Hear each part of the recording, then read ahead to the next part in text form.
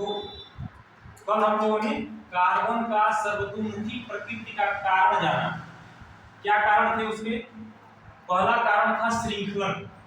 तो यदि श्रृंखलन क्या है? श्रृंखलन है कि कार्बन का अपने ही कार्बन परमाणुओं के साथ जुड़ते जाना, यानी कार्बन का कार्बन से जुड़ गए लंबी श्रृंखला बना लेना श्रृंखलन कहलाता है। और दूसरा है चतुः संयोजकता, यानी कार्बन की जो असंख्य यौगिक पाए जाते हैं उसमें ये दो कारण है, एक तो उसकी चार संयोजकता हो गई और दूसरा एक दूसरे से जुड़ने का गुण। अच्छा, एक दूसरे से जुड़ने के गुण का मतलब क्या? कि कार्बन का अपने ही कार्बन परमाणुओं से जुड़ने का गुण। तो श्रृंखलन में तीन प्रकार से होता है। कार्बन की लंबी श्रृंखला बनती है। जैसे लंबी श्रृंखला को यदि हम इस तरह से देखें, कार्बन अपने ही कार्बन परमाणु से ऐसे जुड़ता जाता है, 2 से जुड़ेगा, 3 से, 4 से, 5 से, ऐसे जुड़ता चला जाता है। तो ये 7, 8, 9, 10, 11, 12 बहुत सी संख्या 17, 18, 30, 32 तक 60 तक मिला है कार्बन परमाणु, जो कि ऐसी लंबी श्रृंखलाएं बनाता है। अब शाखित श्रृंखला, तो शाखित श्रृंखला जो है, अब इस तरह से लंबी श्रृंखला बनी हुई है, किसी न किसी दूसरे परमाणु से, कार्बन परमाणु से फिर एक कार्बन परमाणु आगे जुड़ गया ऐसे, तो इसको हम क्या कहेंगे? शाखित श्रृंखला। हो सकता है यहाँ पर भी जुड़ा हो, इधर भी जुड़ जाए, सी एक ही जुड़े ऐसे, तो इसको हम क्या कहते हैं? शाखित श्रृंखला कहते हैं। कहीं पर भी जुड़ सकता है। उसके बाद वलयाकार श्रृंखला। वलयाकार श्रृंखला में आप देखेंगे 3 या 3 से अधिक कार्बन परमाणु जब क्लोज्ड संरचना बनाते हैं, ठीक है, क्लोज्ड संरचना, यानी वह जैसे आप समझिए इसको, यहाँ पर सी है, यहाँ से एक दूसरा कार्बन परमाणु जुड़ रहा है और यहाँ से एक तीसरा कार्बन परमाणु जुड़ रहा है और फिर तीसरा जो है पहले से जुड़ गया। तो आप देख रहे हैं कि यहाँ पर खुली श्रृंखला नहीं है, इनको हम खुली श्रृंखला भी कहते हैं। लंबी श्रृंखला शाखित श्रृंखला को मिला के खुली श्रृंखला कहते हैं, इसको हम बंद श्रृंखला कहते हैं, क्लोज्ड, ठीक है ना। तो वलयाकार, यानी आप देख रहे हो कि कार्बन 3 तरह से अपनी यौगिकों में संरचनात्मक बना रहा है। कैसे?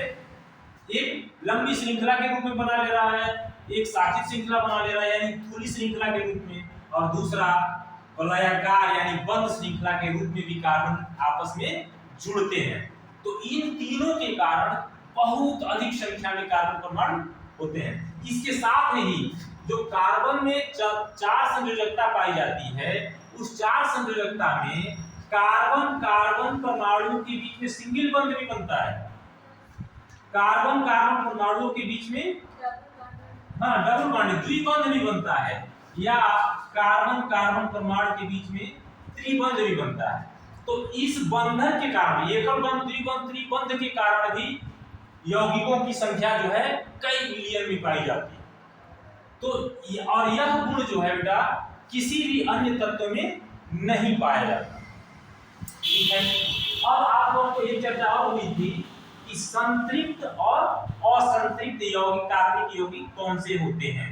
तो आपको पता होगा कि जो सिंगल यानी कार्बन कार्बन के बीच में जब एकल बंध बनता है, वहीं पर भी डबल बंध, सभी कार्बन परमाणुओं के बीच में यदि एकल बंध बनता है तो इसको हम क्या कहते हैं बेटा? संतृप्त। हाँ, संतृप्त क्या? कार्बनिक यौगिक या हाइड्रोकार्बन, हाइड्रोकार्बन।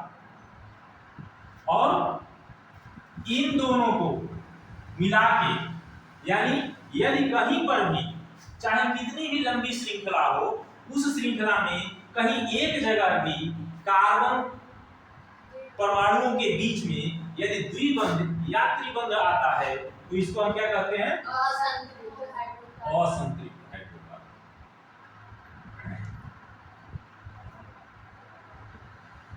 असंतृप्त हाइड्रोकार्बन, ठीक है। अब इसके बाद क्या आता है? इसके बाद आता है, इसको मिटा दें, ये समझ में आ गया ना?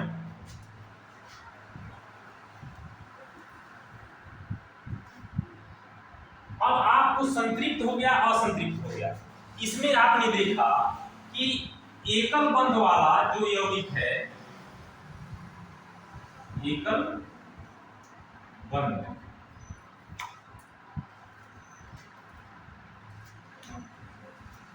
वाले कार्बनिक यौगिक, लिखते चलिए, एकल बंध वाले कार्बनिक यौगिक। तो एकल बंध वाले कार्बनिक यौगिक को बेटा हम एल्केन के नाम से भी जानते हैं। किसके नाम से जानते हैं? एल्केन के नाम से जानते हैं। अब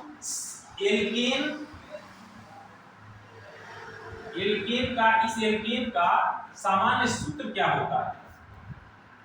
सामान्य सूत्र क्या होता है? CnH2n+2। इसका मतलब क्या है? जहां पर, यहां पर बेटे लिख लीजिए, जहां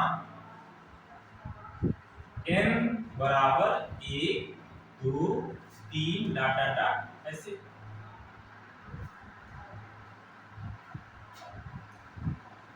अब यहां पर ध्यान दीजिए, पर ध्यान दीजिए, हम एकल बंध वाले कार्बनिक यौगिक को क्या बोलते हैं? एल्केन। और एल्केन का सामान्य सूत्र हो गया CnH2n+2। अच्छा, यह खुली श्रृंखला वाले यौगिकों के लिए है। मतलब जो अभी 3 प्रकार बतलाया ना, श्रृंखला वाला, साकित श्रृंखला और लंबी श्रृंखला, तो उसके लिए है। यह सूत्र बंद श्रृंखला वाले के लिए नहीं है, ठीक है ना? तो हम खुली श्रृंखला वाले के लिए लिखते हैं। तो सबसे पहले एल्केन, अब एल्केनों के नाम 6 एल्केन के नाम एवं सूत्र, नाम एवं सूत्र। तो सबसे पहले हम पहला लिखते हैं। क्या होगा? अब पहला इसमें समझो, जब हम ये सूत्र CnH2n+2 है, यहाँ n का मान 1 2 3 है। इसका मतलब क्या हुआ कि n जो है ना, कार्बन परमाणुओं की संख्या है। क्या है? n कार्बन परमाणुओं की संख्या है। तो ये अब हम पहले इसी तरह से लिख दें और n की जगह पर पहले हम 1 लिखें। तो C1H2 × 1+2, यही है। जहां जहां n है वहां हम 1 लिख दिए। अब इसको यदि हमको बराबर करना है तो C 1 हो जाएगा और H, अच्छा 1 जब होता है ना तो लिखते नहीं है। परमाणुओं की संख्या जब 1 ही रहती है तो लिखते नहीं, केवल संकेत लिख देते हैं। तो H और 2 एकम 2 +2 कितना हो जाएगा? 4। तो ये हो गया आपका CH4। यानी कार्बनिक यौगिक जिसमें एल्केन का सबसे पहला जो यौगिक है वह CH4 है। इसका नाम क्या है? मीथेन। मीथेन, ठीक है। तो इस तरह से हम इसको मिटा दें थोड़ा सा, ये बाबा, ये तो याद हो गया ना कि एकल बंध वाला जो है वह संतृप्त होता है और द्विबंध और त्रिबंध वाले असंतृप्त होते हैं। तो हमको अब यहाँ पर पहले क्या लिखना है? 6 एल्केन के नाम एवं सूत्र लिखना है। तो हमको दूसरा पाए, दूसरे में क्या है बेटा कि n बराबर क्या हो जाएगा? 2। यहाँ ध्यान दो, पहले n बराबर 2। n बराबर 2 का मतलब क्या कि कार्बन परमाणुओं की संख्या यहाँ पर 2 होगी। तो हम लिखेंगे C2, n की जगह पर 2। यहाँ देखो, मत लिखो, पहले समझो इसको। CnH2n+2, तो Cn की जगह पर 2 H लिखो, 2 है ना, 2 लिख दो, और n का मतलब 2 और प्लस 2 बराबर। अब देखो यहाँ 2 है तो हम लिखेंगे CH,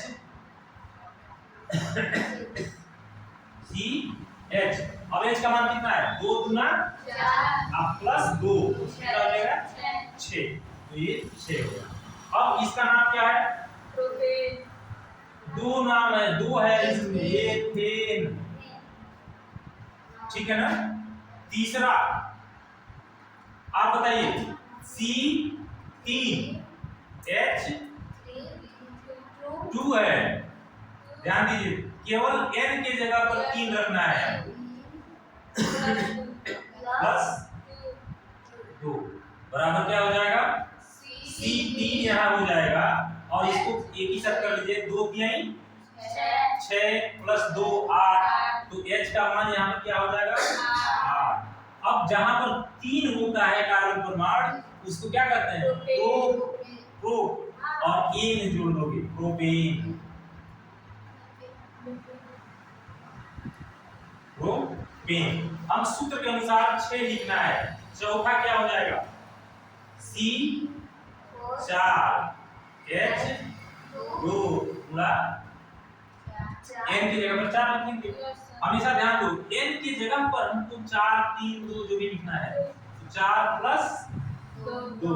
अब ये x तो क्या हो जाएगा, C4H 4 गुना 8 2 10, ये 10 क्या हो जाएगा ये, हाँ 4 को हम ब्यूट कहते हैं, ब्यूटेन। पांचवा C5H2 5 प्लस 2 बराबर C5H, 5 गुना 10 तो 12। इसको क्या कहेंगे,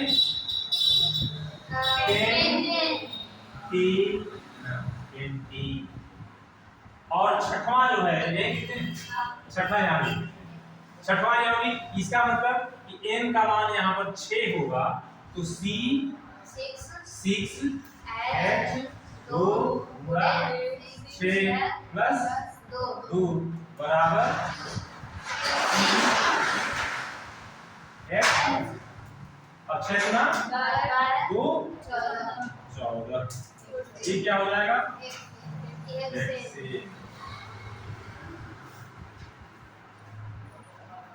अब ये 6 यौगिक हो गए बेटा। ये 6 के 6 यौगिक जो हैं एल्केन हैं, और एल्केन यानी सिंगल बॉन्ड वाले हैं सब, तो इसको क्या कहेंगे, संतृप्त हाइड्रोकार्बन कहेंगे। क्या कहेंगे, संतृप्त हाइड्रोकार्बन। अब नोट कर लीजिए इसको।